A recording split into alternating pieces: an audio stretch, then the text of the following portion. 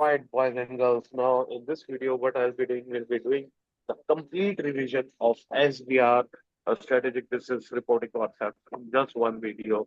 All right. So, every standard, each and everything will be revised in this video. So, just listen to it and watch it very carefully. Do not need to uh, write anything. Just keep watching it and revise your concepts in your heart along with me. Okay. And even at the day of your exam, just leaving your before leaving your home, you can watch this video instead of looking at your notes for your complete course revision. Okay, so let us dive in and start the revision now. Okay, and if you want to revise all of the course with me, uh, if you have any questions, you can contact me on WhatsApp. This is my contact number, my WhatsApp number. Okay. And if you are Pakistan, use 0302177706. If out of Pakistan, then plus 923021777706. If you want to be added to my one of the WhatsApp groups, you can just tell me your name on the WhatsApp and I will add you there. So now without wasting time, just let us dive in. First of all, we have frameworks. Okay, those the conceptual framework, as we all know, is an important concept, and the topic in SBR in every exam sitting you get the questions on it. So the key purpose of the conceptual framework are board when developing new IFRS standards. Preparers of IFRS financial statements where no IFRS standard applies to a transaction or when an IFRS standard offer a choice of accounting policies. All parties were understanding of interpreting IFRS standards. The purpose of financial reporting is to provide current and potential investors, lenders, and other creditors that will then to make decisions about providing economic resources to an entity, users, groups, and need information to assess an entity's potential future cash flows and management stewardship of the entity's economic resources. This information is provided in financial statements. Financial information is only useful if it embodies the fundamental characteristics. This enhancing characteristics make financial more useful. The qualitative characteristics of the useful information is fundamental characteristics, relevance, faithful representation, enhancing characteristics, verifiability, timeliness, understandability, comparability. The elements of the building blocks of the financial statement is the economic resources that right has the potential to produce economic benefits. For example, we have an asset, a present economic resources controlled by an entity as a result of past events and from which it is expected economic benefits will flow to the entity. Then we have liability, a present obligation of the entity to transfer economic resources as a result of past events, and from which it is expected that outflow of economic benefits. Then we have equity, the residual interest in the net assets of an entity. Then we have income, increase in assets or decrease in liabilities that result in the increase of equity, excluding contributions from equity holders. Then we have expenses, decrease in assets or increase in liabilities that result in decrease to equity, excluding distributions to equity holders. So recognition criteria items are recognized in financial statement if they meet definition of an element and recognition and provides relevant information. The recognition faithfully represents the entity's financial performance and position. The recognition from the financial statement normally occurs when the entity loses control of the asset and has no present obligation for the liability. Accounting for derecognition should faithfully represent the changes in entities' net assets as well as assets or liabilities retained. This involves the recognition of a transferred, expired, or consumed component, recognizing gain or loss on the above, recognizing any retained component measurement. If recognized in the financial statement, element must quantify the conceptual framework outlines two measurement basis, historical cost, current value. When selecting a measurement basis, relevance is maximized if the following are considered: the characteristic of the asset or liability, how the asset or liability contributes to the future cash flows, Presentation and disclosure. The statement of profit and loss is the primary source of information about an entity's financial performance, income, and expenses should normally be recognized in the statement. The board might require income or expense to be presented in other comprehensive income if it results from the remeasuring an item to current value. And this means that profit and loss provide more relevant information, or a more faithful representation is provided of an entity's performance. Income and expenditure included in other comprehensive income should be reclassified to profit and loss when doing so in PNL, providing more relevant information. Now, what is materiality? An item of material, if omitting, misstating, or obscuring it, would influence the economic decision of financial statement users. Material judgments are required through the process of preparing financial statements. We have four steps of it: identify information that could be material, uh, assess whether that information is material, organize the information in draft financial statements, review the draft financial statements. When assessing whether information is material, an entity should consider qualitative factors, measures of revenue, profit or loss, cash flows, qualitative factors, that is related party transaction, usual transactions, geography, and wider economic uncertainty. An entity only needs to apply the recognition, measurement, and disclosure criteria in IFRS when the effective effects are material. Now, IFRS 13 fair value is material, defined as the price that would be received to sell an asset or to create a transfer liability that participants at the measurement date. Fair value hierarchy, quoted price for identical assets in active markets. For example, the shares trading in the stock market. Level two inputs, quoted price for identical assets in less active markets. For example, some unique cars which are not actively traded. Input three level, level three inputs, unobservable inputs, which are rarely found in the market. So priority is given to the level one inputs when determining a fair value. Okay. So IFRS 13 says that fair value should be determined by reference to the principal market risk. This is at the market with the greatest volume of activity. If the principal market cannot be determined, then fair value should be measured based on the price in the most advantageous market. Non-financial markets assets include property, plant, and equipment, intangible assets. The fair value of non-financial assets should be based on highest and best use. Then we have uh, in question two, in the SBR exam, will test the reporting and ethical implications of specific events in a contemporary scenario. Two professional marks will be awarded in this question. Professional ethics are the principles and standards that underlie the responsibilities and conduct of a person in performing his or her function in a particular field of expertise. Ethics principles in a business organization, and this set the tone for the culture and behavior of employees and management. The application of ethics can sometimes be intangible. Ethics is also described as doing the right thing, but this can be different things to different individuals. So the use of digital technologies by accountants increase the range of ethical issues. They may face the include the need for accountants to become proficient with new software and understand relevant laws and regulations. Accountants trusted to produce financial statements. User groups rely on financial statements to make decisions. Okay. So ethical code of conduct, professional accountants are found by their Institute of Association Code of Ethics and are expected to act in accordance with the code of conduct.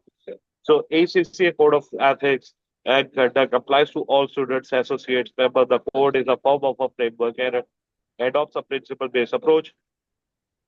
While specific rules are included, compliance is largely concerned with the observation of the fundamental principles. We have five code of ethics: integrity, objectivity, uh, confidentiality, professional behavior, and competence and due care in integrity. Members should be straightforward and honest in all professional business relationships. Objectivity. Members should not allow bias, conflict of interest, or due influence of others to override their judgment. Professional competence and due care. Members have a continuing duty to maintain professional knowledge and a skill at a level required to ensure that client or employee receives the competent professional service. Confidentiality. Members should respect the confidentiality of information required as a result of professional and business relationships and should not disclose any such information to third parties without proper and specific authority. Professional behavior. Members should comply with relevant laws and regulations and avoid any action that discredit the profession. Consequences of unethical behavior, loss of reputation, disciplinary action by professional body, including exclusion, CDD, and disqualification order, conviction of the criminal offense, and court order to pay financial compensation. The uh, performance reporting. Okay, IS1 is not relevant anymore as we have IFRS 18. So it is not relevant. We all know the current what is current asset which we have to utilize within less than 12 months. Okay, and it is held for trading, for example, receivables, inventory, uh, etc. Okay. Now, the current liability we all know will be settled during the entity's normal trading cycle, that is within 12 months. Okay, that's profit and loss and other comprehensive income. According to conceptual framework, profit and loss is the primary source of information about any finance performance during the period. OCI are income and expenses that, in accordance with IFRS standards, are recognized outside of profit and loss. Items of OCI must be presented as either items that must be reclassified or lost in the future, items that will not be reclassified to PNL in the future. Disclosure notes supplement the primary financial statement. This include information about material accounting policy, source of uncertainty, well, valuation, estimation techniques, unrecognized items such as contingent liabilities, events after the reporting period. Remember, in the statement of profit or loss, now we have three categories. Uh, Operating category, all from the uh, operations, normal trading activities will be included. Then we have investing category, everything related to the investment will be coming in this category. And then finally, we have financing category, all the loans or the, fi- uh, uh, loans and that sort of stuff, the equity related stuff will come into the financing category. Or should be ordered systematically. This might mean displaying the most relevant issues, prominently grouping similar items together, following the order in which items are presented in the primary financial statements. According accounting concepts to apply in preparation of financial statements, we have going concern, comparability, accruals, offsetting, consistency, materiality, and aggregation. So IS state accounting policies change in accounting estimates and errors accounting policies must be determined by applying the relevant IFRS standard. If there is no standard, then management should choose an accounting policy that results in relevant and reliable financial information. Changing accounting policies can only change if the change is required by the standard or interpretation of the change results in most relevant and reliable information. Changes in accounting policies are accounted for retrospectively as if the new policy had always been applied. Okay, then accounting estimates are amounts that subject to measurement uncertainty, such as the measurement of warranty provision, depreciation of property, plant, and equipment during the reporting period. Accounted for prospectively. Prior period errors are misstatements due to mistakes applying accounting policies and fraud. They are corrected retrospectively. IFRS 5, a discontinued operation is a component of entity that has been sold or which is classified as held for sale and which is a separate line of business or a part of a plan to dispose of a separate line of business or a subsidiary acquired solely for resale. Okay. Uh, as of present or the phase of statement of profit or loss. This comprises the post-tax profit or loss of the operation, any profit or loss on disposal, or any loss of on classification as held for sale. Okay, so here it is. This is how we have to show all of the discontinued operations or held for sale separately, as you can see over here. Okay, IS 34. is regarding the interim period. Financial reporting period is another. The full financial year. IS 34 outlines the minimum content that should be included in the interim report. A minimum content will be included in a condensed statement of financial position, a condensed statement of profit or loss and other comprehensive income, a condensed statement of changes in equity, a condensed statement of cash flows, a selected disclosure notes. Okay. Then we have IFRS 15 revenue recognition. IFRS 15 revenue from contract with customers adopts a steps approach to revenue. Identify the contract with customers, identify the performance obligation within the contract, determine the transaction price, allocate the transaction price to be performance obligation within the contract, recognize obligation is satisfied. So IFRS 15, the revenue from contract with customers says that the contract is an agreement between two parties that creates rights and obligation. Entity can only account for revenues from the contract if it meets the following criteria. The parties will have approved the contract, and each party rights can be identified. The contract has commercial substance. It is probable that the selling entity will receive consideration. Identify the performance obligation. The distinct performance obligation within a contract must be identified. Performance obligation are promises to transfer distinct goods performance obligation one or two. Then entities must determine the nature of their performance obligation. They might be principal providing the good or service, agent arranging the good or service to be provided by another party. An entity is the principal if it is controls the good or service transferred to the buyer. Determine the transaction price. The transaction price is the consideration that the selling entity will be entitled to once it has fulfilled the performance obligation in the contract. We have variable consideration, financing, transaction price, consideration payable to the customer, non-cash consideration. Okay.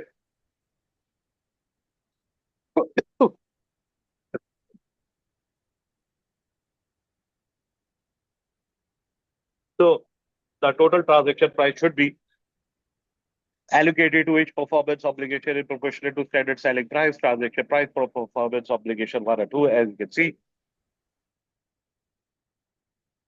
revenue satisfy a performance obligation entity only satisfy a performance obligation over time if one of the criteria is met. Oh, okay. So the customer simultaneously receives and consumes the benefits from the entity performance as it performs. The entity is creating or enhancing asset controlled by the customer. The entity cannot use the asset for an alternate use, and entity can demand payment for its performance to date. If a performance obligation is satisfied over time, the revenue is recognized based on the progress towards completion. So, if a performance obligation is not satisfied over time, then it is satisfied at a point in time. This is system takes control of the promised asset, contract asset, and entity must capitalize the cost of obtaining contract, the cost of fulfilling a contract that do not fall within the scope of another standard, for example, IS2. Now we have non-current asset standards. So IS16 property, plant, and equipment is initially recognized as cost. Subsequent expenditure on non-current asset may be capitalized if it enhances the economic benefits of the asset. Example, adding a new wing to a building replaces part of an asset that has been separately depreciated and has been fully depreciated. For example, furnace that requires new linings replaces economic benefit previously consumed. Major inspection of aircraft, the asset is depreciated over its useful life. The depreciation and method of an asset should be reviewed at the end of each year if an asset has a different lives. Example, building with the flat roof, the component part of the asset should be depreciated separately. Revaluation of property, plant, and equipment. Revaluation to fair value is optional. If one asset is revalued, all assets in that class must be revalued. Revaluation gains are credited to other comprehensive income unless the gain reserves a previous revaluation loss of the same level as it previously recognized in P&L profit or loss. Revaluation losses are charged to the statement of profit or loss unless the loss relates to the previous revaluation surplus, in which case it should be charged to other comprehensive income. Other the revised notice may choose to make a reserve transfer for the excess depreciation arise from a revaluation. This is taken from the revaluation surplus to retain earning. So remember, if the IS 16, all assets will come under the heading of operating category in statement of profit or loss. Okay. Then IS 20, grant should not be recognized until there is reasonable assurance that the grant will be received and that condition will be complied with. The income grants to subside the expenditure should be matched to the related cost. Grant for purchases of non-current assets should be recognized over the expected useful life of the related asset. There are two acceptable accounting policies for these: deduct the grant from the cost of the asset and depreciate the net cost, or treat the grant as deferred income and release through the statement of profit or loss over the life of asset. So if you are taking government grant for own use assets, then operating category. If the government grant is for some investment purposes, then investment category. Okay. When IS 23 borrowing costs are interest and other costs incurred when borrowing funds, entities must capitalize borrowing costs that are directly attributable to the acquisition, construction, or production of assets that take a substantial amount of time to get ready for use. Okay, so again, if it's for own use,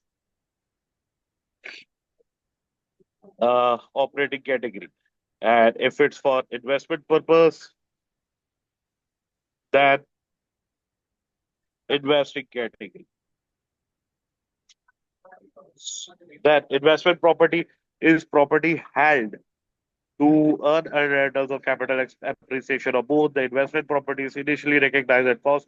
Entity can often then choose either the cost model, costless depreciation, or the fair value model. The fair value model recognize investment properties in the statement of financial position, and fair value gains and losses or remeasurement are recognized in the statement of profit and loss. And IS 40 assets will come under investing category.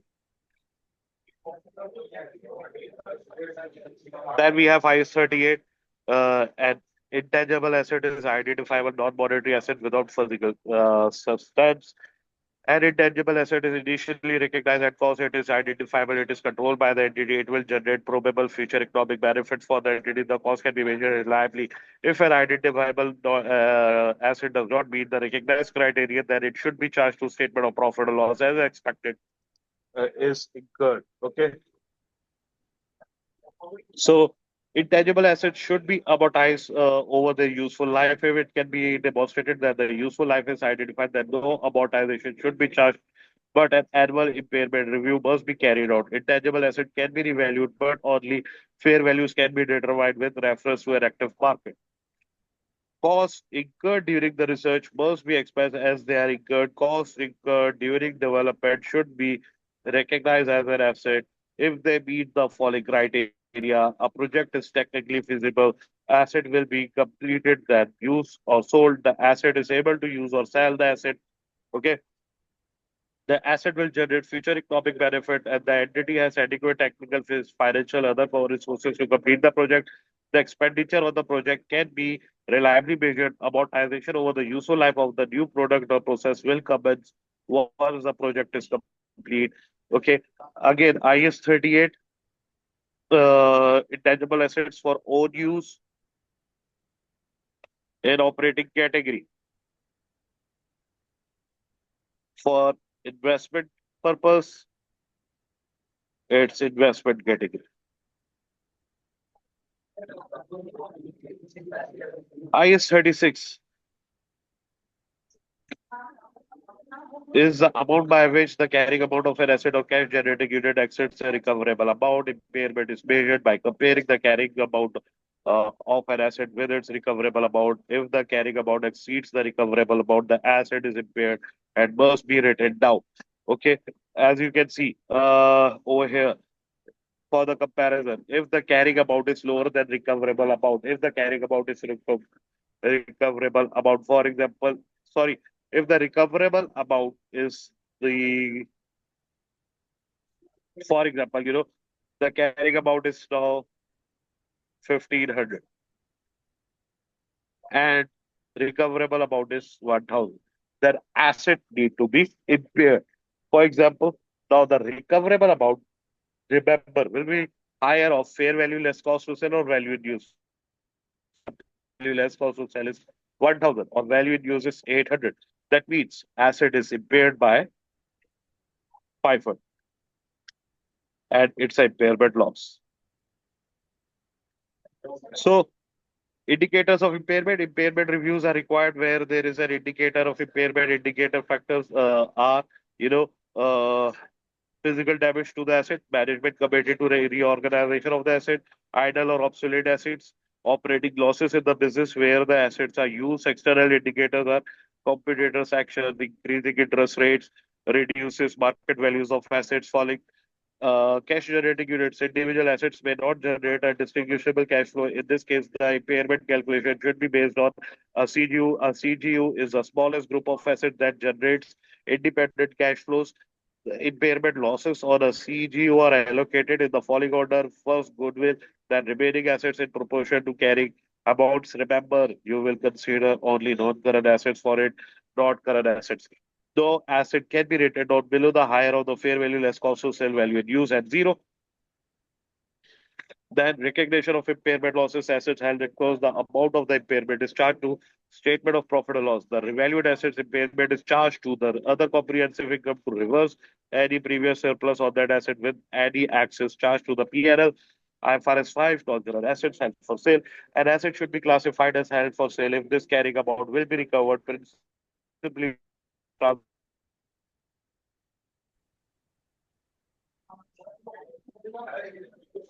to be classified as held for sale, the following criteria must be met. The asset must be available for sale in its present condition. The sale must be highly probable. Management must be committed to sale. The asset should be actively marketed at a reasonable price. The sale must be expected within a year. If the criteria are met, the asset should be measured at the lower of carrying amount and fair value less cost to sell. If the asset is measured using a revaluation model, then it should be revalued fair value before being classified as held for sale. The asset will be presented as a current asset. No further depreciation is charged, need to be charged for it. Okay, then agriculture and culture. IS 41, a biological asset is a living plant or animal. Agriculture produce is the harvested product of the entity's biological assets. The key rule for the standard are the biological assets are initially measured at fair value less estimated cost to sell at each reported date.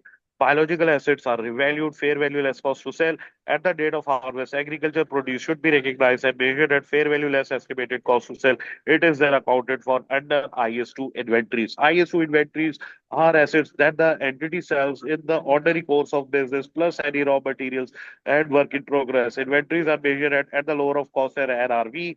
Cost includes the purchase price and any other directly attributable cost. Net realizable value is the expected selling price less estimated cost of completion and sale. Here is the kit questions on that. We have foreign currency, individual financial statements.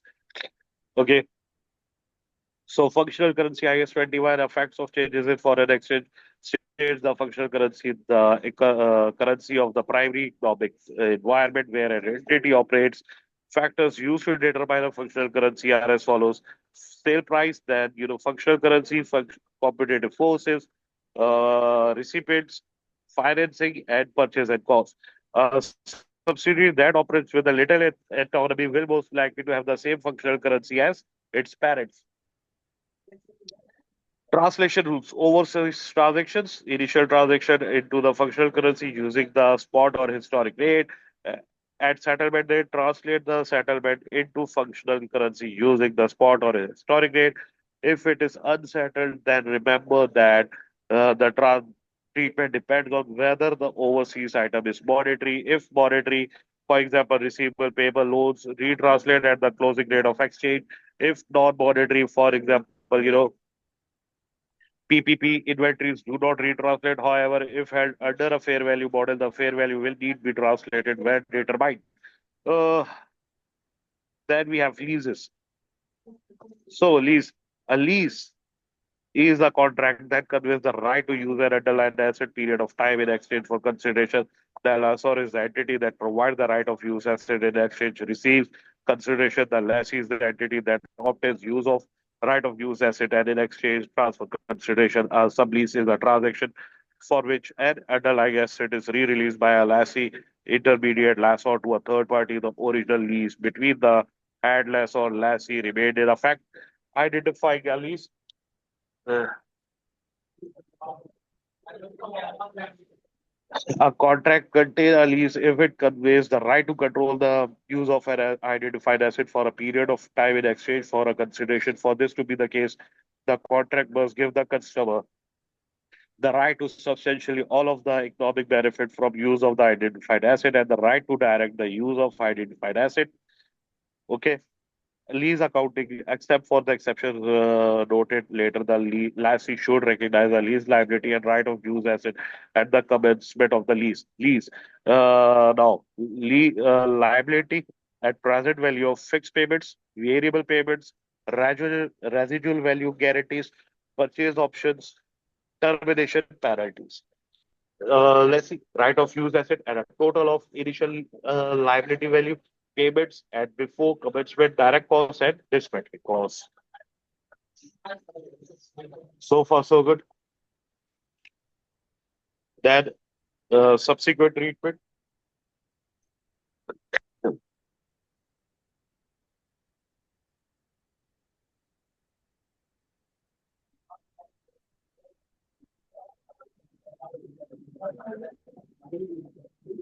Okay. The carrying amount of the lease liability is increased by the interest charge. This interest is also recorded in the statement of profit or loss. The amount of the lease liability is reduced by cash pay repayment. The right of use asset is measured using choose.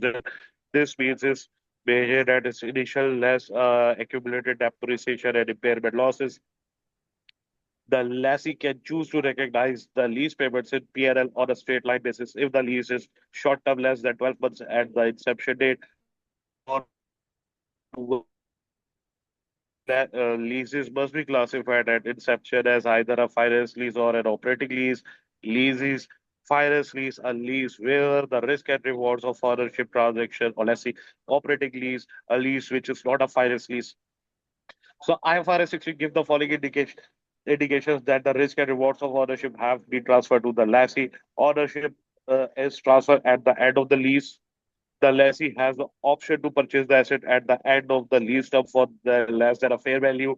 The lessee can continue to lease the asset at the end of the lease term for less than a market rents.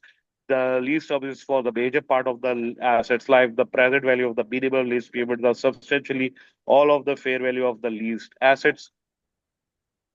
Then we have lessor accounting treatments. Okay. So under a finance lease, the lessor must be recognize the lease asset, recognize the lease receivable at the present value of the minimum lease payments plus the estimated unguaranteed residual value of the asset, recognize income on the lease receivable using the rate implicit in the lease. Under an operating lease, the lessor must continue to recognize the depreciate the lease asset, recognize the lease rental income in P&L in a straight line basis. Sublease, the intermediate lessor must classify the sublease as an operating or financing lease, but with the reference to the right of use asset, not the underlying asset in the lease. If the original lease as a lessee was accounted for as a short term or low value, the intermediate lessor will always classify the sublease as an operating lease. Under a finance lease, the intermediate lessor will de-recognize the right of use asset relating to the head lease for which it is the lease, recognize the net investment in the sublease, recognize any differences in P&L, retain a lease liability relating to the head lease in its statement of financial position.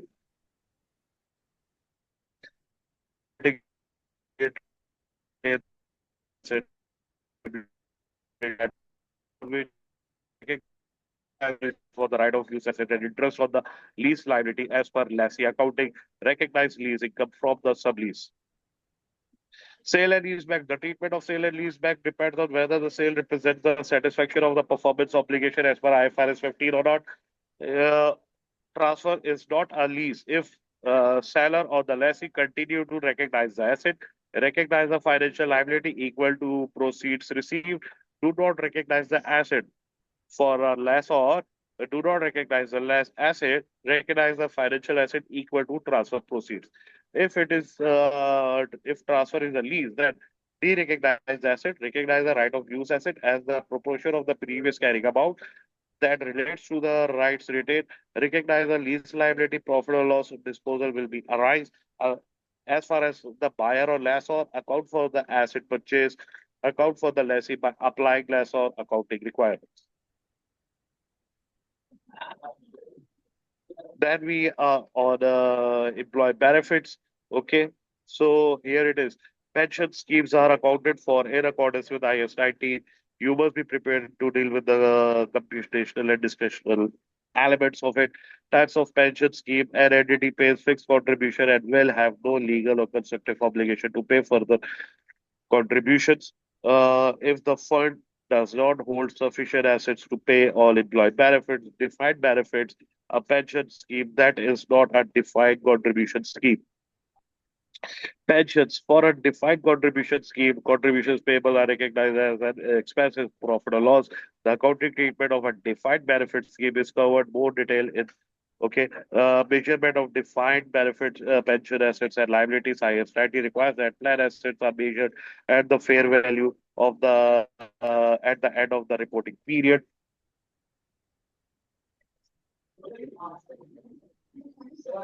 So far, so good. Then plan liabilities are measured on an accrual basis and are discontinued to present value at the end of the reporting period. The net liability deficit or net asset surplus is reported at each reporting date. Note that where there is a net asset, the asset ceiling test applies. This restricts the value of the asset reported to the extent that it is regarded as recoverable. Now, defined benefit plan for movement, the following performer shows the movement or undefined benefit deficit or a surplus over a reporting period, net deficit asset brought forward, obligation or assets, net interest component, cost component, contribution into plan, benefits plan, as you can see, net deficits carrying forward, and we will get uh, remeasurement component as a balancing figure. Okay, so current service cost is the increase in the present value of the defined benefit obligation resulting from the employee service in the current period. This is part of the service cost component. Past service cost is the change in present value of the defined benefit obligation for employee service in prior periods resulting from a plan amendments or curtailment. A curtailment arises when there is a significant reduction in the number of employees covered by a plan. Any gain or loss on curtailment is part of the service cost component. Settlement arises when an entity enters into a transaction to terminate all or part of the benefits due to one or more employees under a plan. This is part of the service cost component. Net interest component is a change in the measurement in both the plan obligation and plan assets due to passage of time. It is calculated by applying the discount rate for liability to the net liability or at the start of the reporting period. This is charged credit to P&L. The remeasurement component arises due to the difference between assumptions and estimates made when accounting for the decline benefit plan and what has actually happened. The remeasurement component is taken to other comprehensive income. Then we have plan amendments, curtailment, and settlement. If there is a plan amendment, settlement, or curtailment, then the effect of this is calculated by comparing the net deficit plan deficit before and after the event. The board have amended IS 19 to clarify that the reporting entity must determine the current service cost for the remainder of the reporting period after the PASE using the actual assumption used to measure the defined benefit liability, net interest for the remainder of the reporting, and the using the remeasurement deficit and discount rate used to remeasure the defined benefit deficit. So recognizing the amounts in the financial statements, defined benefit pension plan, PNL, service cost component, net interest component, other comprehensive income, remuneration component, statement of financial statement, plan obligation, plan assets, asset ceiling. Then we have short-term benefit. This category includes items that will be settled within 12 months of the end of the reporting period. where the employees provided the relevant service such as wages and salaries, the costs are expense incurred in accordance with the actual concept. This category includes items not expected to be settled within 12 months of end of the reporting period when the employee provided the relevant service, such as deferred remuneration. Other long-term benefits are accounted for in the same way as defined benefit scheme, except that any remeasurement component is recorded in statement of profit or loss. Termination benefits are benefits payable as a result of employment being terminated, either by employer or by the employee acceptance voluntary redundancy. So far, so good. Then the reporting entity recognize a liability and expense at the earlier of the date when the entity can no longer withdraw the termination benefits offer. The entity recognizes restructuring costs in accordance with IS 37, contingent liabilities and assets. So termination benefits are measured on initial recognition, subsequent measurement depends on the nature of the benefit, that is whether it is short-term, a pension enhancement, or another type of short-term benefit. Then we have share-based payment accounting for share-based payment hybrid transactions. Okay, so share IFRS to share-based payment applies when an entity receives goods or receives in exchange for shares, share option, cash based on a share price. So entity, taking the services of employee or the supplier, and in exchange, they will be offering their shares, share option based on their share price. So recognize how to recognize the transaction. Uh, Expense of the share-based payment scheme is accounted for over the vesting period based on the number of share-based payments exchange expected to vest. If there are no vesting conditions, then the transaction is accounted for immediately. Okay. What is the grant date? The date a share-based payment transaction is entered into vesting date, the date on which the cash or equity instruments can be received by the other party to the agreement. There are two types of share-based payment transactions: equity settled share-based payment transactions where a company receives goods or services in exchange for equity instruments, for example, share or share options. Cash settled share-based payment transaction where a company receives goods and services in exchange for a cash amount paid based on its share price. Accounting for share-based payments, equity settled share-based payments, the value of an equity settled share-based payments transaction is determined as follows: is a transaction with the employee or other providing similar services? Yes, measure at the fair value of the equipment granted at grant date. Then, can the fair value of the goods and services received be measured reliably? Yes, measure at the fair value of the goods and services received at the date they are received. If no, measure the fair value of the equity instruments grant at the grant date. Now, this should be recognized in profit or loss over the vesting period based on the number of share options that are expected to vest. The accounting entry posted at each reporting date is P&L debit, profit and loss account debit, and equity credit. Okay. Cash settled share schemes are often referred to as share appreciation rights. There are two key differences between the accounting treatment of share appreciation right and equity settled share-based payment scheme. Until the settlement date, the expense is valued using the fair value of the share appreciation right at the reporting date. The accounting entry recognizes P&L debit, liabilities credit. Hybrid transactions. If a share-based payment transaction gives the entity a choice over whether to settle in cash or issuing equity instruments, IFRS 2 says that the scheme is treated as cash settled share-based payment transaction if the entity has an obligation to settle in cash. If no obligation exists to settle in cash, then it is treated as an equity settled share-based payment. So far, so good.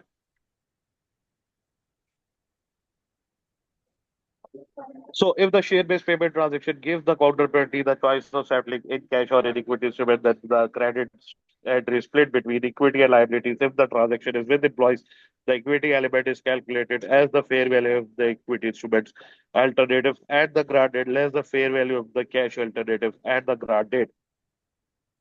If the transaction is not with the employees, the equity element is calculated as the fair value of the goods or service received less the fair value of the cash alternate at the date of the transaction. The liability element is calculated by the taking cash as settlement option or for cash settled share-based payment. The equity and liability components will be recognized over the vesting period. Then we have another two standards, IS 37 and IS 10. So let's start with it. A provision is a liability of uncertain timing or amount. A contingent liability is a possible obligation whose existence will be confirmed by the uncertain future events outside of the entity's control. A contingent asset is a possible asset whose existence will be confirmed by the uncertain future events outside of the entity's control. We have provision recognition recognized when an entity has a present obligation, legal or constructive, as a result of a past event. It is probable that an outflow of economic benefits will be required and a reliable estimate can be made.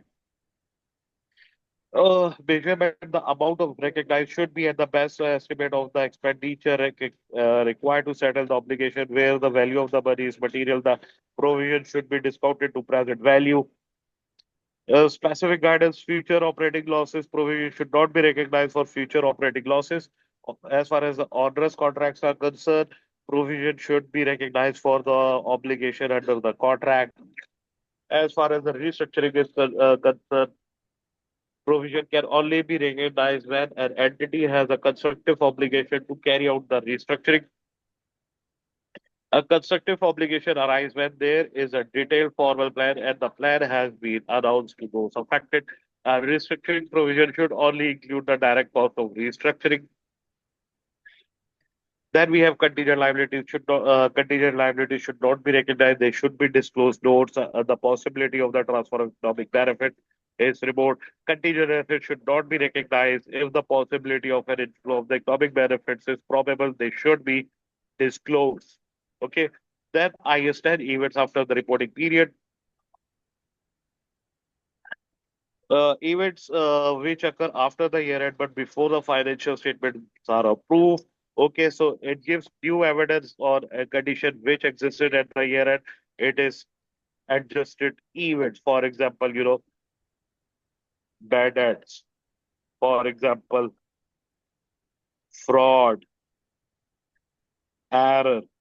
Okay, then we have gives new evidences on conditions which did not exist at the year end. For example, the natural disasters, estimates of financial effects are the example of it. Okay, that's wow. Here it is. We are now moving to financial instruments.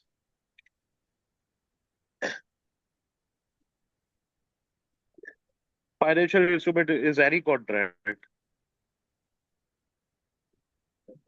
that give rise to financial asset of one entity and financial liability or equity instrument of another entity. A financial asset is any asset that is cash and equity instrument of another entity. A contractual right to receive cash or another financial asset from another entity. A contractual right to exchange financial instruments with another entity under conditions that are potentially unfavorable. A financial liability is any liability that is a contractual obligation to deliver cash or any other financial asset to another entity, contractual obligation to exchange financial instruments with other entity under conditions that are potentially unfavorable. A contractual contract that will or may be settled in the entities or equity instruments that is not derivatives for which the entity or may be obliged to deliver a uh,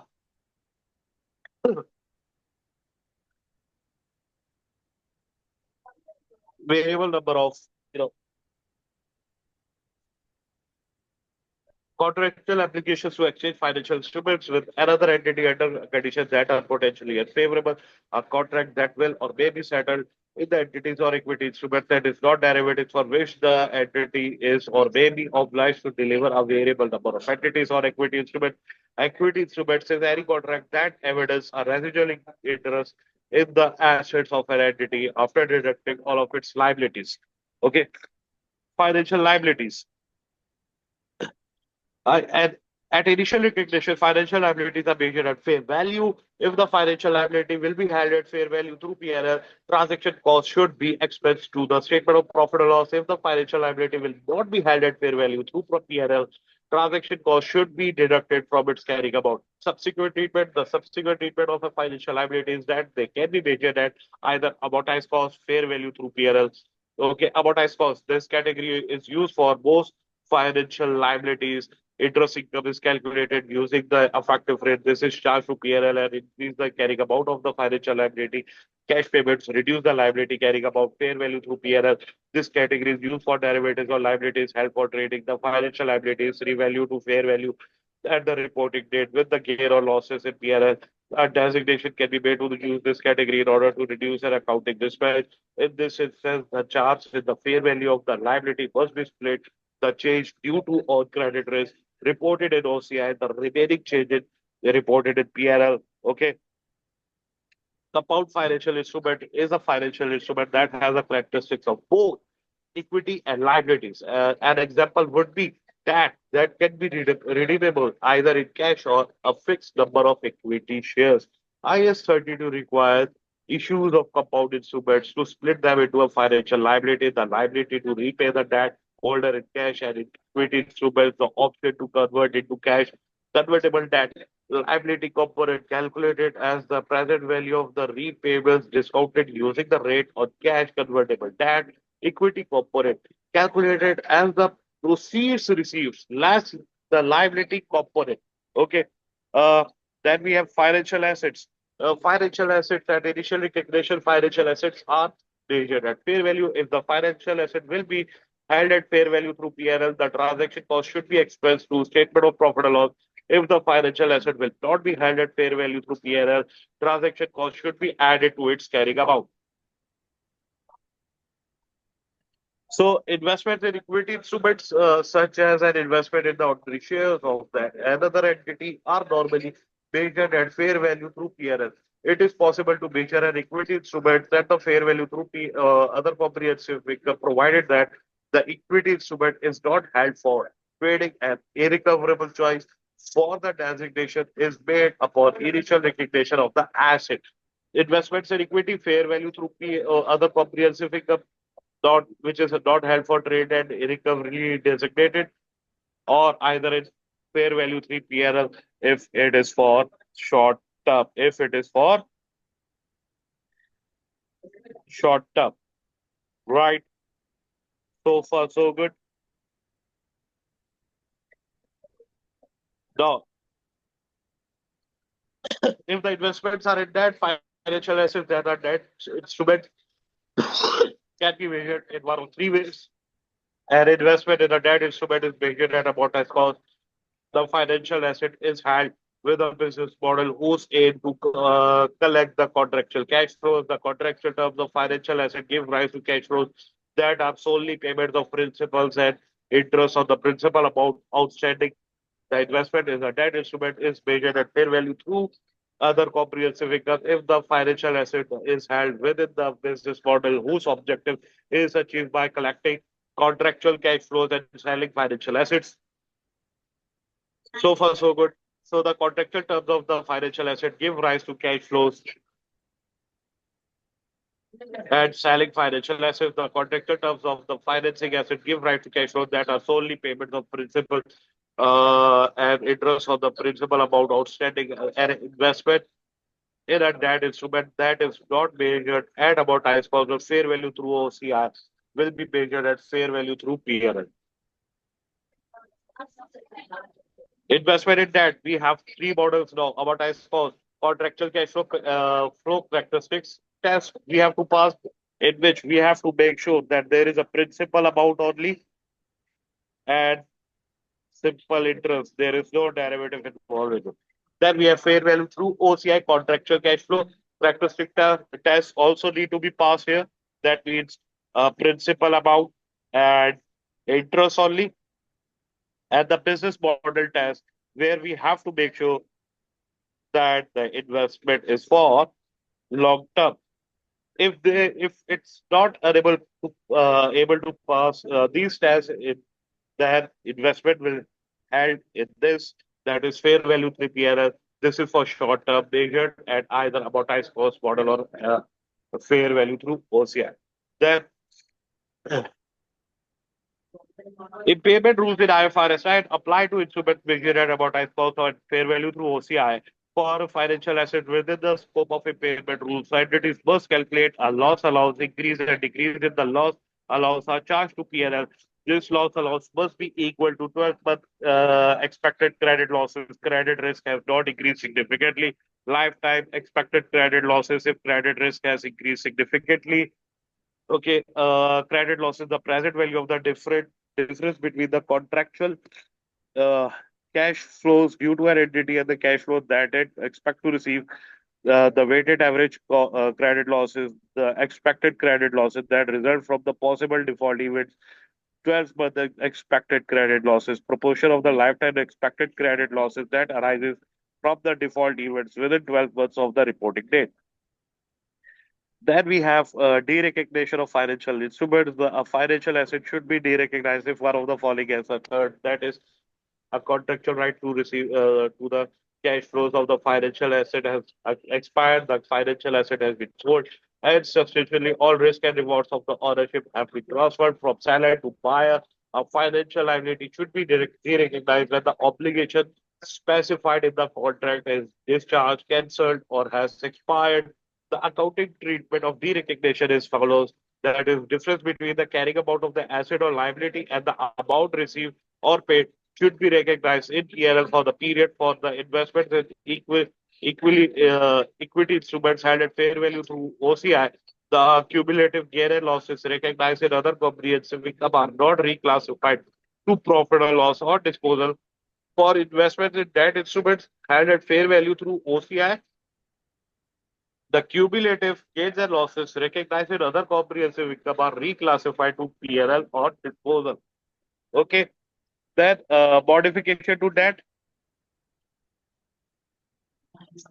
If the terms of an existing loan are changed or it is extended or a new loan with the existing lender, the accounting treatment depends on whether the new terms are deemed to be substantially different. If the terms are substantially different, the original liability is recognized and new liability recognized at fair value. Okay, any difference is recognized in PNL alongside any fees incurred. If they are not substantially different, the original liability is related to present value of the revised cash flows with the fees paid being deducted. Any difference is recognized in profit or loss. Now, the what is derivative? Derivative is a financial instrument with the following characteristics. Its value changes in response to the underlying variable. It requires little or no initial investment. It is settled at a future date. Derivatives are measured at fair value through PNL. Okay, so far so good. A fair value hedge, a hedge of the exposure to the changes in the fair value of a recognized asset or liability with unrecognized for commitment that is attributed to a particular risk and could affect profit or loss, other comprehensive income for equity investment measured at the fair value through OCI. Okay. Then we have cash flow hedge, a hedge of an exposure to variability in cash flows that is attributable to a particular risk associated with a recognized asset or liability or a highly probable forecast transaction, and that could affect profit or loss. Now, the key point is derivatives introduce volatility into profit or loss. Hedge accounting is a method of managing those by designating one or more hedging instruments so that their change in fair value is offset in whole or in part of the change in fair value of cash flows of a hedge item. The criteria is the hedge accounting rules can only be appointed if the hedging relationship meets the following. The hedge consists of eligible hedging instruments and hedge items. At the inception of the hedge formats, the documentation identifies the hedge item and the hedging instrument. The hedging relationship is effective. Wow. Then if the hedge item is a forecast transaction, then the transaction must be highly probable. Hedging relationship is effective if the following three criteria are met. There is an economic relationship between the hedge item and the hedging instrument. The hedge effect of the credit risk does not dominate the value changes that result from that economic relationship. The hedge ratio of the hedging relationship is the same as that resulting from the quantity of the hedge item that the entity actually hedges and the quantity of the hedging instrument that the entity actually uses to hedge that quantity of the hedge items. Accounting treatment of a fair value hedge. At the reporting date, the hedging instrument will be measured to fair value. The carrying amount of the hedge item will be adjusted for the change in fair value since the inception of the hedge. The gain or loss of the hedging instrument and the loss or gain of the hedge item will be recorded in P&L in most cases, but in other comprehensive income if the hedge item is an investment in equity that is measured at fair value through OCI. Okay, then accounting treatment of a cash flow hedge. For a cash flow hedge is the hedge instrument will be measured to fair value at the reporting date. The gain or loss is recognized in OCI. However, if the gain or loss of the hedging instrument since the inception of the hedge is greater than the loss, the excess gain on the instrument must be recognized in P&L. Discontinued hedging instrument now.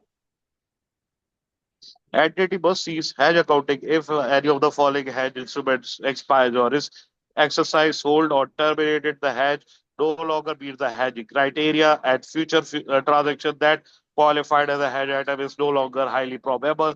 The discontinuance should be accounted for prospectively. Entries posted to date are not reversed.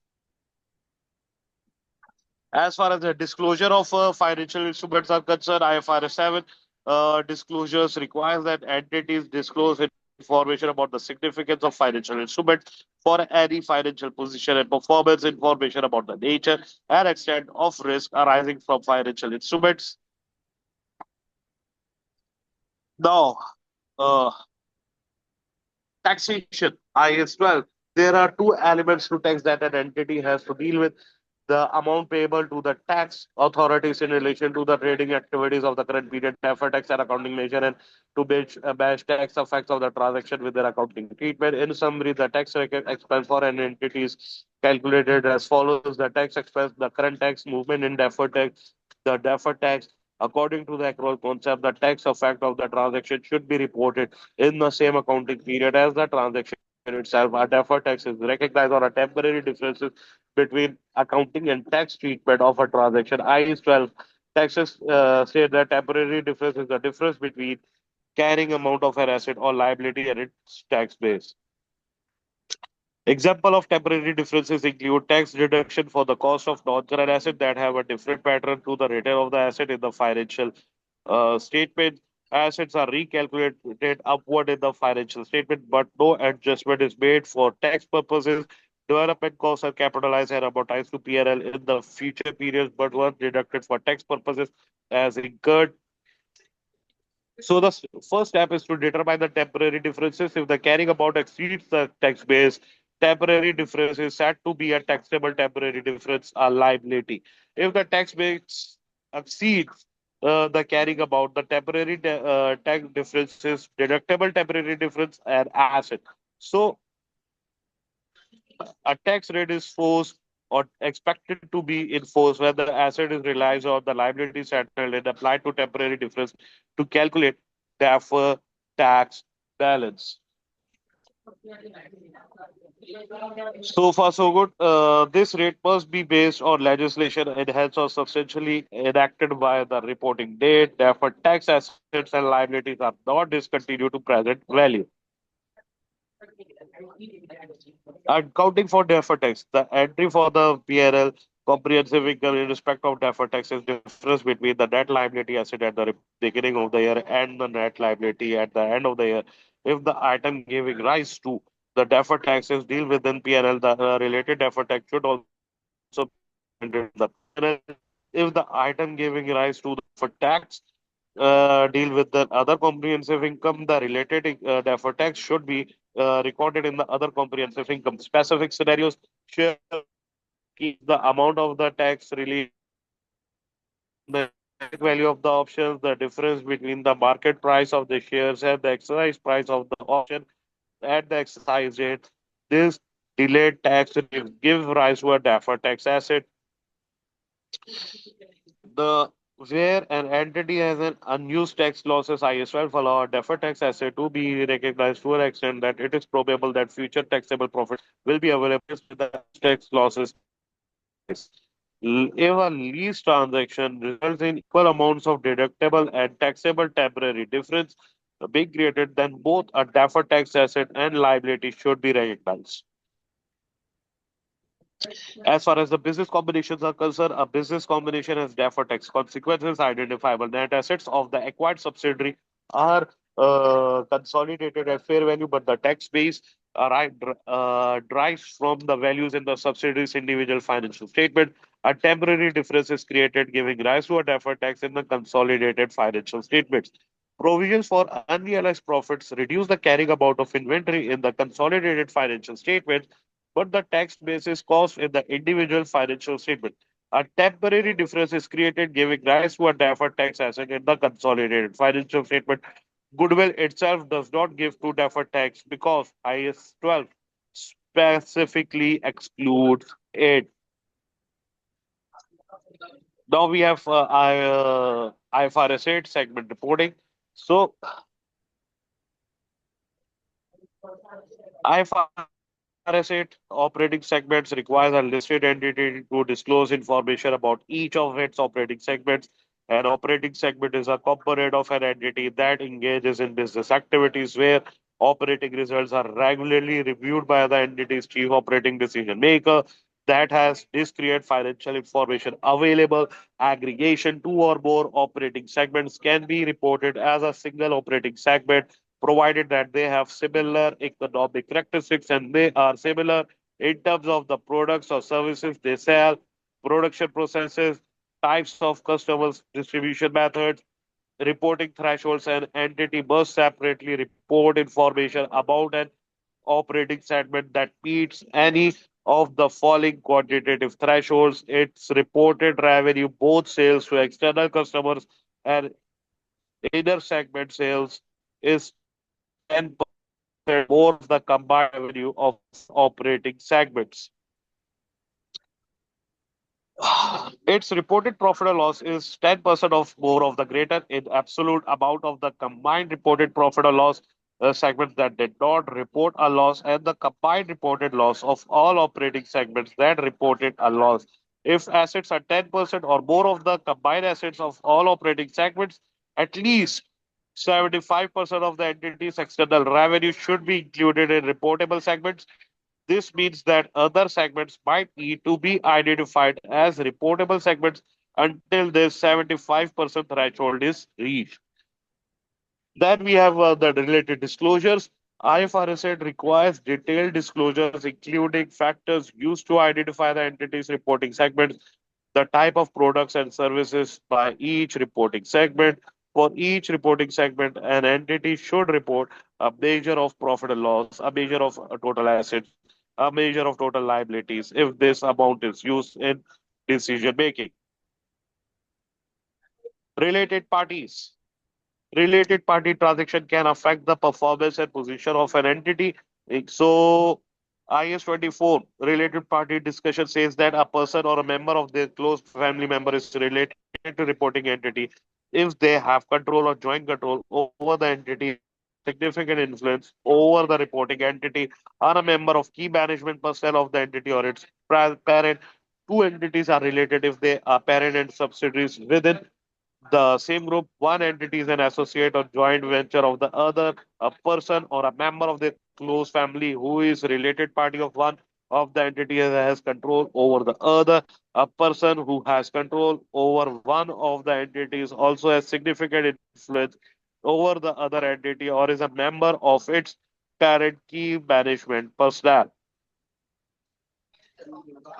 So here is the summary that uh, as you can see, parent, reporting entities, subsidiary, associates, key management, few subsidiaries, fellow subsidiary, key management, they all are related parties.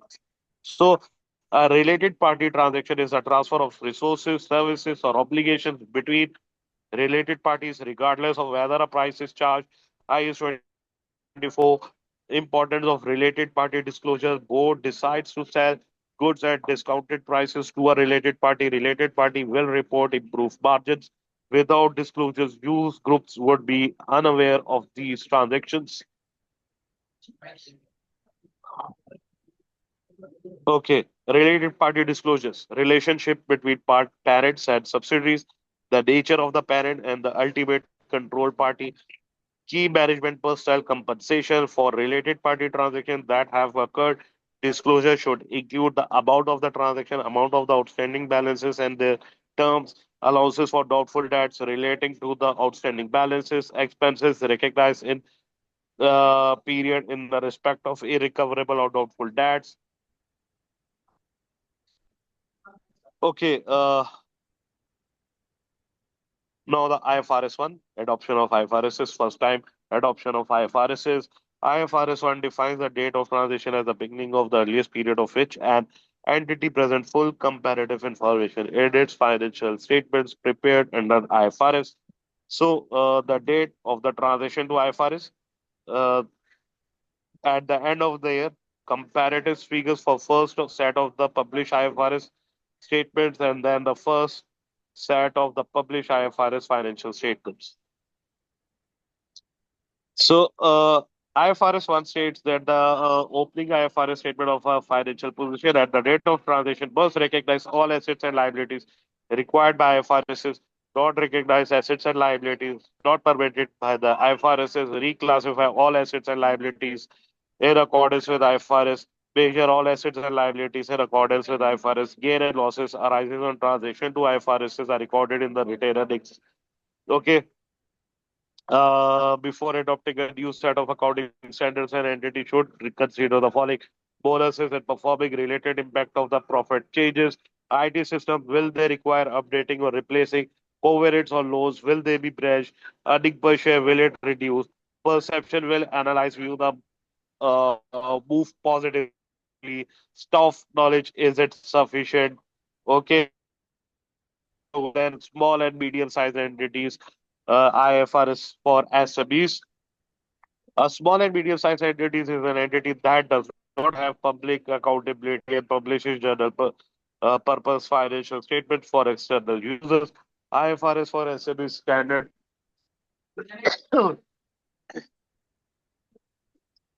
IFRS for SME standard was issued by entities that have no publicability. The standard reduces the burden of the producing information that is not likely to be of interest to stakeholders of a company.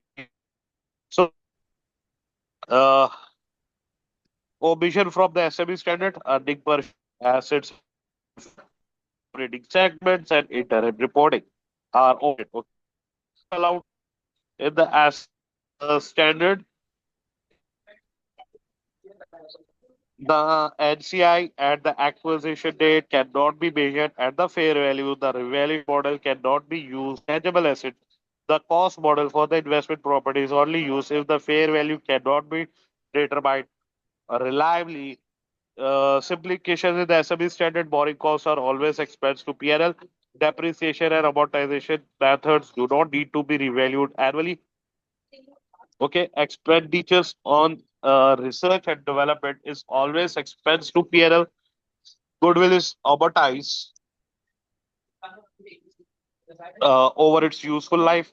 If the useful life cannot be reliably established, then an estimate of 10 years or less should be used. Cumulative exchange differences are not recycled to profit or loss or the disposal of an overseas subsidiary. Simplified techniques are permitted when measuring a defined benefit obligation.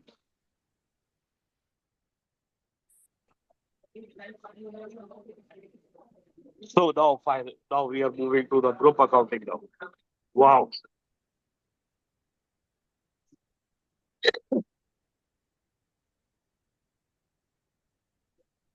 So, what is parent? A parent is an entity that controls another entity. A subsidiary is an entity that is controlled by a parent entity. IFRS says that investor has control when it has power over the investee, exposure or rights to variable returns from involvement in the investee, the ability to use power over the investee to avoid affect the investee's return. An entity that is parent is required to produce consolidated financial statements. Business combination states that acquisition method is used to account for business combination. A business combination is when an acquirer controls the business. Concentration test, optional concentration test can be used to assess whether an acquired a set of assets is not a business. Acquired assets, not a business. If substantially all of the fair value of the total asset acquired is concentrated in a single identified asset or group of similar identifiable assets. Elements of a business, if the concentration test is not met or if the test is not applied, detailed assessment is required to assess whether business has been acquired. Complete definition of a business inputs and substantive processes must have been acquired that can contribute to the creation of outputs. Inputs are economic resources that can create output, and process are applied process standards or rules that can create outputs. When applied to inputs, output includes goods, services. So the acquisition method has four requirements: identify the acquirer, identify the asset, acquisition method, recognize the subsidiary net asset at fair value, recognize goodwill and NCI. So identify acquirer as the entity has assumed control over another entity, a parent company. Okay. So acquirer is normally the company.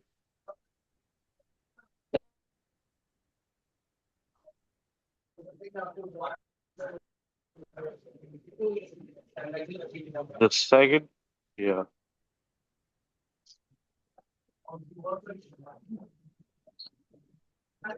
Normally, the company that has transferred cash, other assets, or shares in the business combination. Other factors to consider include which entity's former management dominates the combined entity, which entity's former owners have the greatest number of votes in the combined entity, which entity was bigger, identify the acquisition date. This is the date on which the parent obtained control over the subsidiary. Recognize the net assets acquirer must measure the identifiable assets acquired and the liabilities assumed at the fair value at the acquisition date. Recognize goodwill and NCI. When calculating goodwill, purchase consideration is measured at fair value. Professional fees are expense to P&L. The NCI at acquisition can either be measured at fair value. This calculation calculates full parent's goodwill plus NCI goodwill. Its proportionate share of fair value of the subsidiary identifiable net assets. This calculates parent's goodwill only. Goodwill impairment tested annually for impairment. Goodwill does not generate independent cash flows and so is tested for impairment as part of a cash unit. For purposes, this is normally a subsidiary. So far, so good. A cash generating unit is the smallest group of assets that generate cash flows that are independent from other cash flows. In this Okay. Now, whether the NCI acquisition was measured at fair value or proportionally has a significant impact on the impairment review. Fair value method, the group has recognized what goodwill to this can be added together with the other net assets of the subsidiary and compared with the recoverable amount. Proportionate method, the group share of goodwill has been recognized, so goodwill must be grossed up to include the NCI share prior to the performing the impairment review. So, King Zakkan, the SBR exam will ask you to adjust a draft financial statement, consolidated financial statement. However, you will still need to use some of the following workings when adjusting a draft statement. Goodwill, as you can see, then assets, which is parent plus subsidiary, add together total assets. Share capital, you will consider parent only. Other components of equity, retained earnings, NCI, total equity, add together parent and subsidiary, you will get total equities and liabilities. See, if consolidated SOFP working, first working will be considered in which you will identify the group structure overall. Second working, it's second working, equity share capital, acquisition date, operating company, obviously, comprehensive components of equity, acquisition date and reporting date, fair value adjustments. You adjust them, then we will do the goodwill working fair value of consideration, NCI taxation, fair value of net assets at acquisition, goodwill at acquisition, impairment to date, goodwill at reporting date, controlling interest. Then we have NCI at acquisition, NCI at post acquisition reserve, less NCI of goodwill impairment. then we go acquisition as goodwill, and if there is any adjust unrealized profit, and you will get the group reserves returning. For the other components of equity, we will do parent company, subsidiary, group share of post acquisition, other components of equity. Okay. Consolidated statement of profit and loss, we can see over here, identify the group structure, review the draft performer, revenue add together, cost of sales add together, gross profit, operating costs add together, other comprehensive income, total comprehensive income, add together, and there we go. Okay. And, step three, just for errors or misadjustment. This may include adjustment for the following. If the subsidy has been acquired mid-year, confirm that the results of the subsidy have been prorated. Okay, so that so that only post-acquisition income, expenses, and other comprehensive income are any where expenses, unrealized profit of the group transaction, as well as dividend received from the subsidiary that have not been adjusted for in the draft consolidated statement of profit and loss. Then step four, calculate or adjust the profit attributable to the NCI if relevant to the requirement.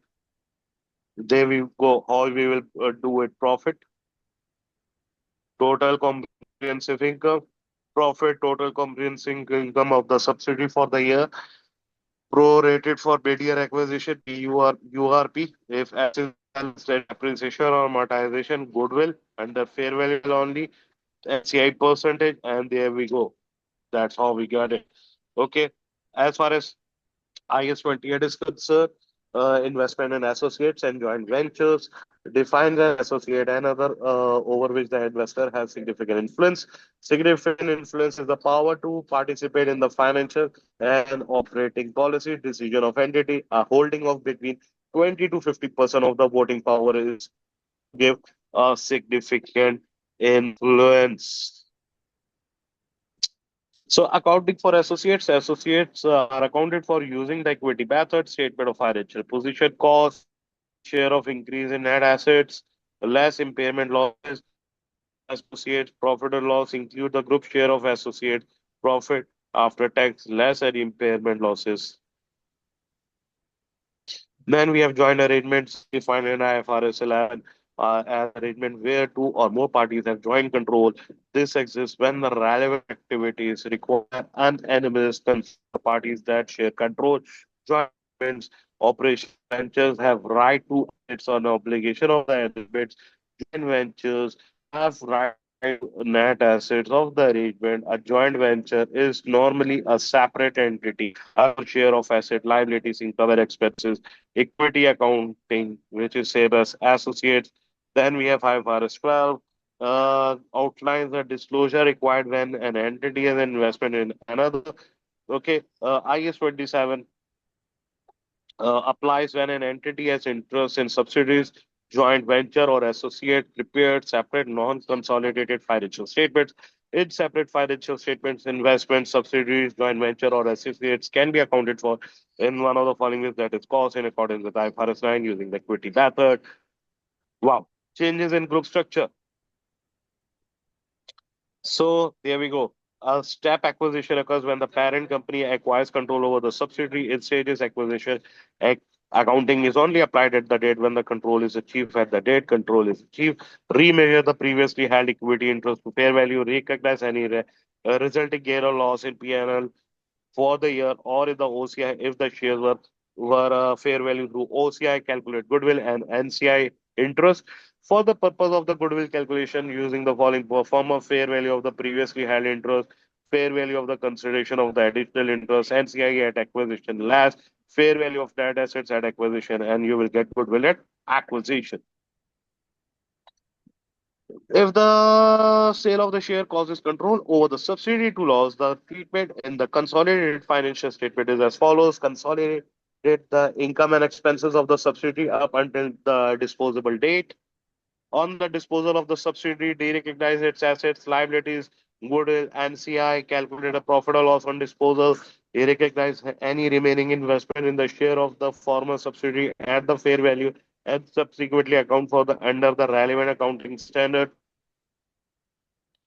A holding of the 20 to 50% of the shares would probably mean that the remaining investment is associated, which should be accounted for using the equity method. A holding of less than 20% of the shares would probably mean that the remaining investment should be accounted for under IFRS 9. So here is the performance. The profit or loss on the disposal is calculated as follows.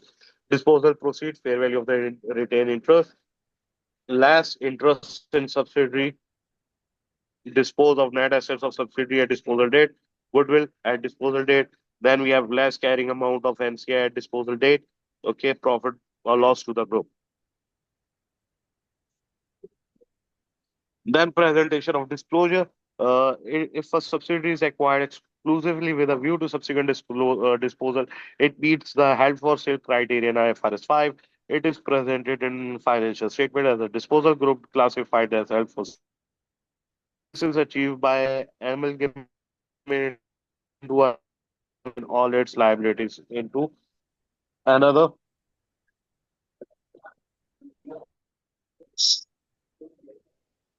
This measured both position at subsequent reporting dates at fair value less to sell, control to control share purchase, simply increase the parent holding in a subsidiary, for example, 100% shares to 85% shares.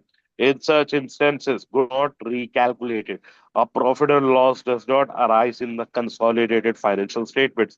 And the entry in the consolidated financial statements is non-controlling interest will be debit, cash will be credit, and other comprehensive income will be debit or credit according to the balancing figure. Okay. The decrease in NCI is calculated as a proportionate reduction in the carrying amount of the date of the group in additional purchase of shares. Okay, share sales, some share sales simply reduce the parent's holding in subsidiary but not hold lead to a loss of control 80% of shares, 70%, 5% of shares. In such scenarios, instances, goodwill is not recalculated. A P&L does not arise in the consolidated financial statement. Entry in the consolidated statement is cash debit, NCI credit, OCI debit or credit according to the balancing figure. Increase in NCI will be the share of the net assets and goodwill fair value method only of the subsidiary at the date of disposal. The parent has effectively sold to the NCI. Now, group accounting foreign currency.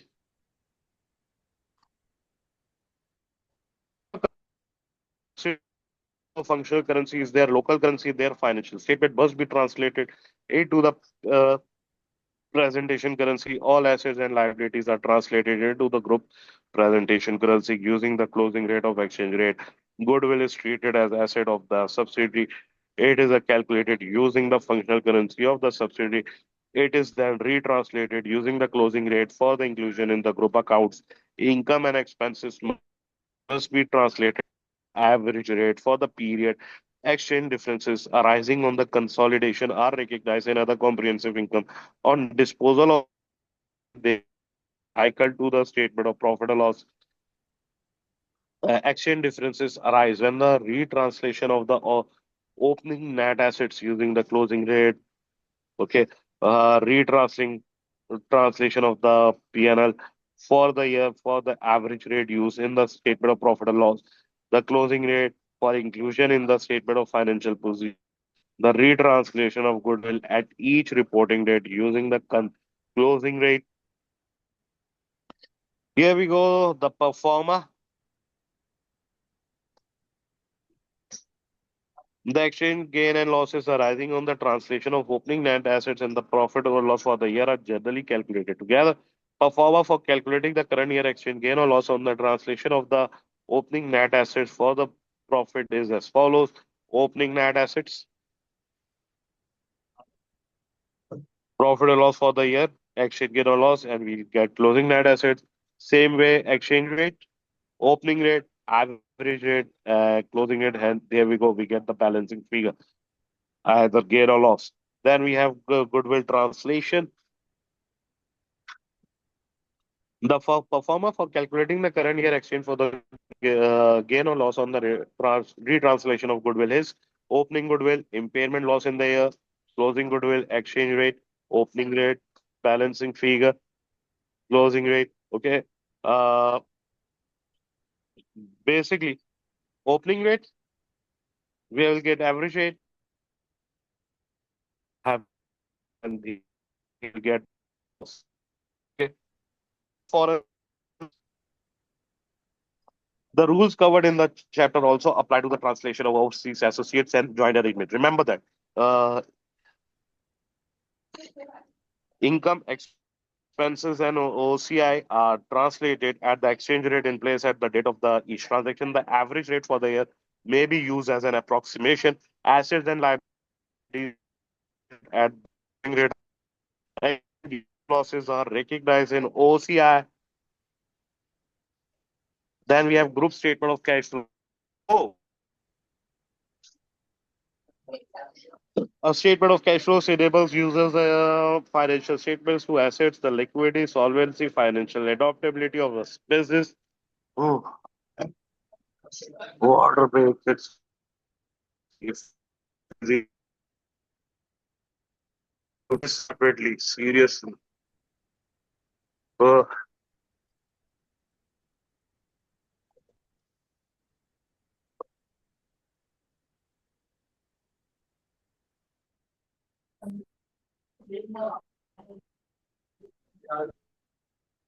oh,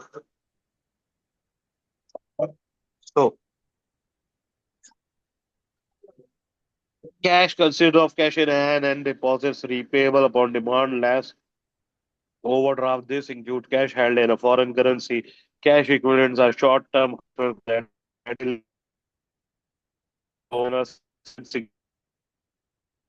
for of cash flows. IS7 statement of cash flow required statement display returns, as you all know. Okay. Uh, Here's a for you cash flow. We will start from here. Place the I. Okay.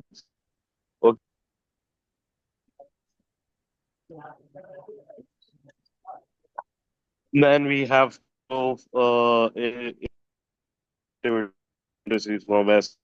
Receipt property plant receipts of sale, acquisition, subs net cash used in investing categories. So far, so good.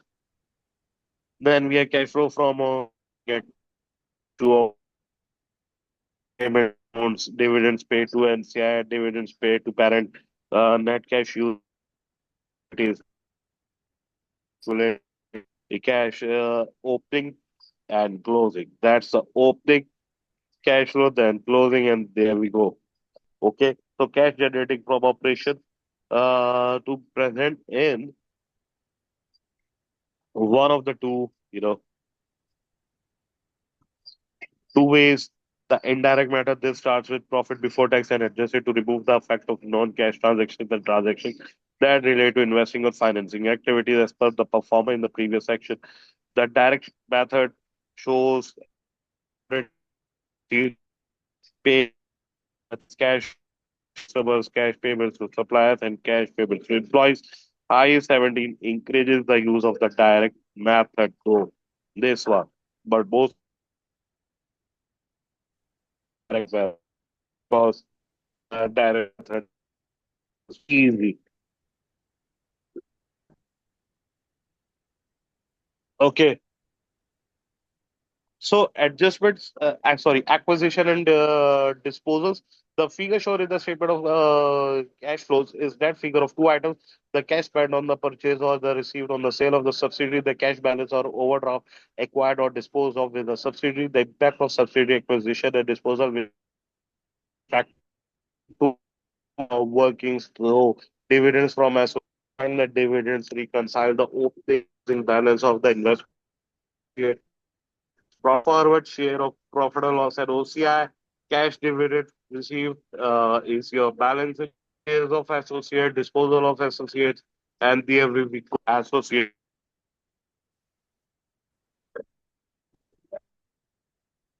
Okay, reconcile the opening to closing balances and cash dividend paid is balancing figure as we can see over here.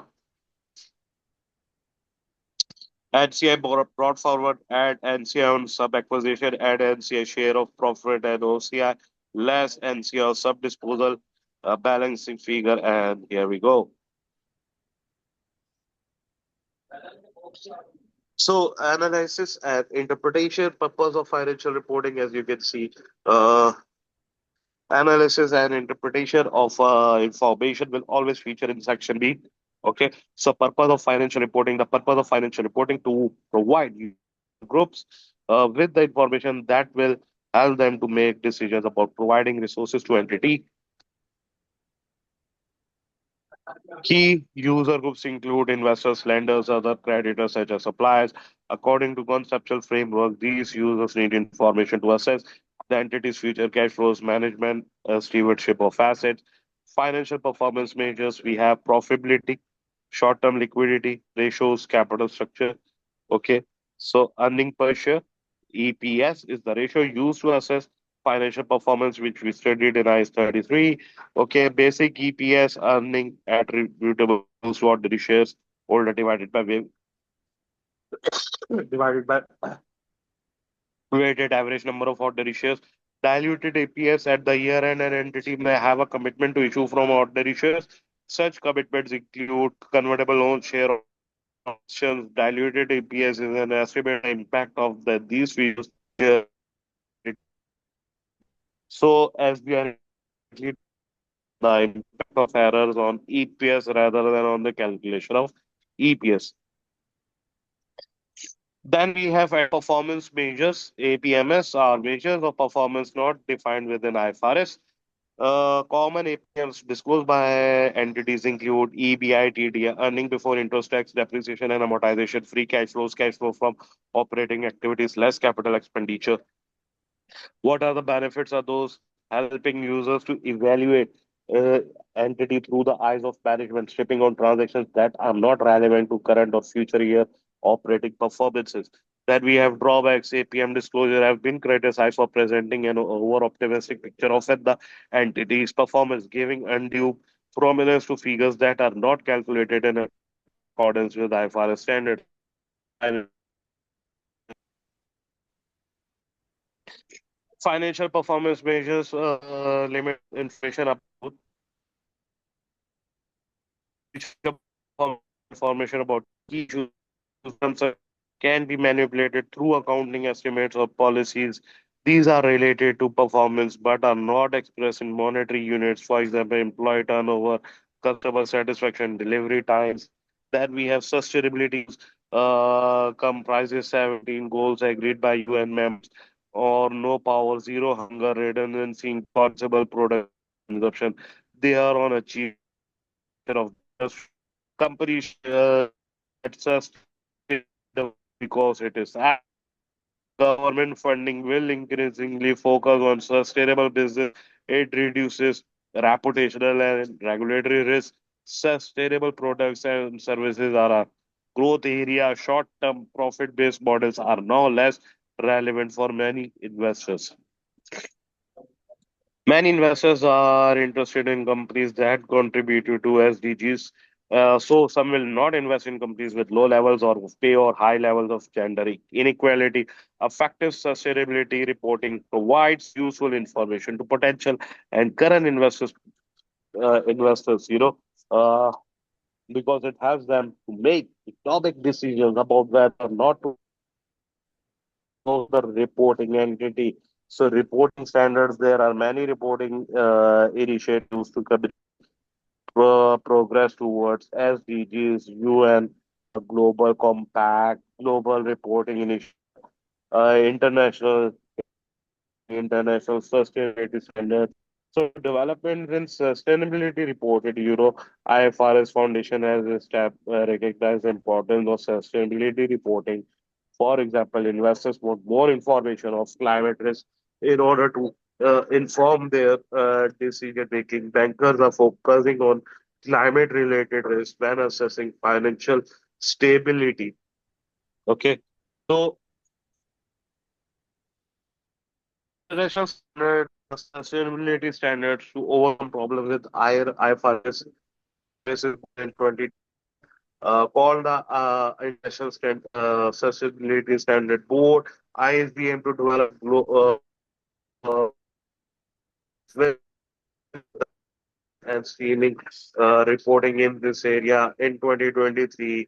IASB standards as one general requirement for disclosure of the sustainability related financial information, climate related disclosures. The IFRS is be adapted by the list of voluntary basis, but there is a 10 IFRS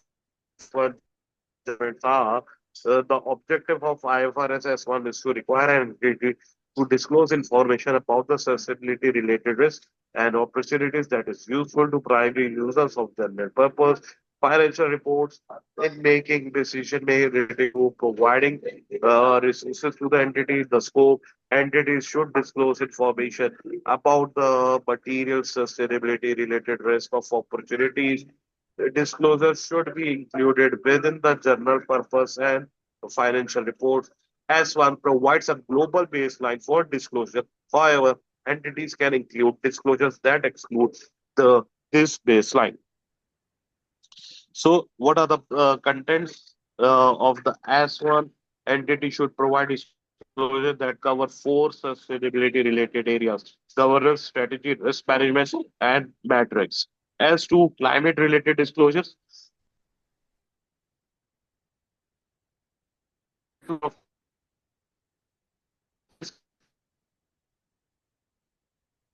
provides information about its climate-related risks and opportunities that are useful to primary users of general purpose financial reports in making decisions relating to providing resources to the entity.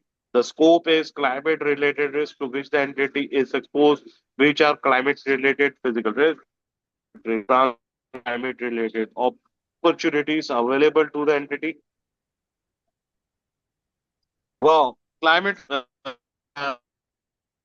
risk tangible negative effects of the climate change, actual risk caused by massive events, chronic, longer term, driven, permanent changes due to the climate, rising strong transition related risk arising from poor carbon economic policy, legal, technological, market, and reputational risk. Then we have IFS2. It uses the same disclosure categories as S1, governance strategy, risk management metrics, however, now focusing upon climate-related risk and opportunities if overlap between sustainability-related and climate-related risk and opportunities occur. Okay, occur if overlap between sustainability related and climate related risk and opportunities occur, standards encourage efficiency by avoiding unnecessary disclosures. What are the advantages now? Okay, improve comparability of disclosures regarding sustainability between entities, provide the uniform language and terminologies when disclosing sustainability related matters, greater transparency regarding sustainability issues can lead to great access to capital, ease of transit country. What are the disadvantages collection? No should read of the required. Mean there is a scope for omission, manipulation, or bias within the disclosure. So far, so good. Now, we have